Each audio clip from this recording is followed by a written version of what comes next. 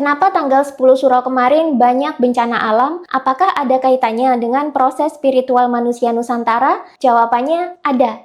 Tanggal 10 Suro jatuh pada tanggal 6 Juli kemarin. Data dari Human Resonance menunjukkan bahwa tanggal 6 Juli kemarin memang terjadi lonjakan energi yang sangat besar di bumi. Ini adalah energi elektromagnetik yang mempengaruhi tidak hanya cuaca, tapi juga bencana alam dan secara tak langsung mempengaruhi kondisi otak manusia juga, yang otomatis secara kolektif bisa mempengaruhi level kesadaran kolektif manusia. Ketika data Human Resonance merekam lonjakan energi yang sangat besar, biasanya di situ juga terjadi cuaca ekstrim, bahkan bisa berujung kepada bencana alam. Sejak beberapa tahun, Human Resonance sudah dijadikan salah satu acuan untuk memprediksi adanya bencana di bumi. Dan secara kebetulan, tanggal 6 kemarin banyak sekali terjadi bencana alam di Indonesia. Mulai dari banjir besar yang melanda Bali, Lombok, dan Jabodetabek, longsor yang menewaskan beberapa orang, gelombang tinggi di beberapa selat di Indonesia, bahkan Gunung Lewotobi di NTT pun naik aktivitasnya hingga akhirnya erupsi. Ini otomatis akan mengaktifkan gelombang otak gamma sebagai bentuk pertahanan. Di kondisi ini, manusia melakukan pelepasan emosi dan energi yang sangat besar, sekaligus juga membutuhkan pasokan energi yang sangat besar. Makanya kita jadi gampang capek atau jadi gampang sakit. Setelah terjadi pelepasan emosi besar-besaran, biasanya terjadilah trans atau transenden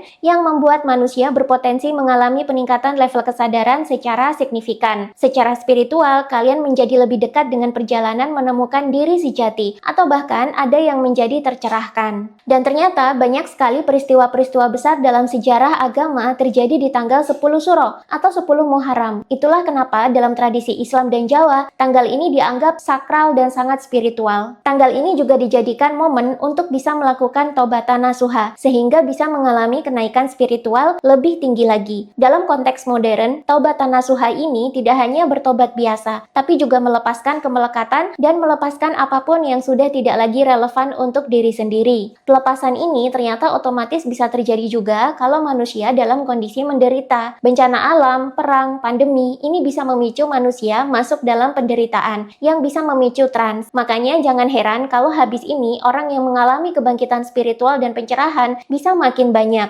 Saya sudah pernah bahas proses pelepasan dan kaitannya dengan peningkatan level kesadaran di online course yang berjudul Kebangkitan Spiritual dan Penyembuhan. Kalian juga bisa akses online course-nya dengan cara klik link yang ada di bio, pilih tombol online course, lalu pilih judul online course yang ini, atau baca deskripsi untuk info selengkapnya. Jangan lupa kerjakan meditasi dan hipnoterapinya juga sampai tuntas untuk hasil yang lebih optimal.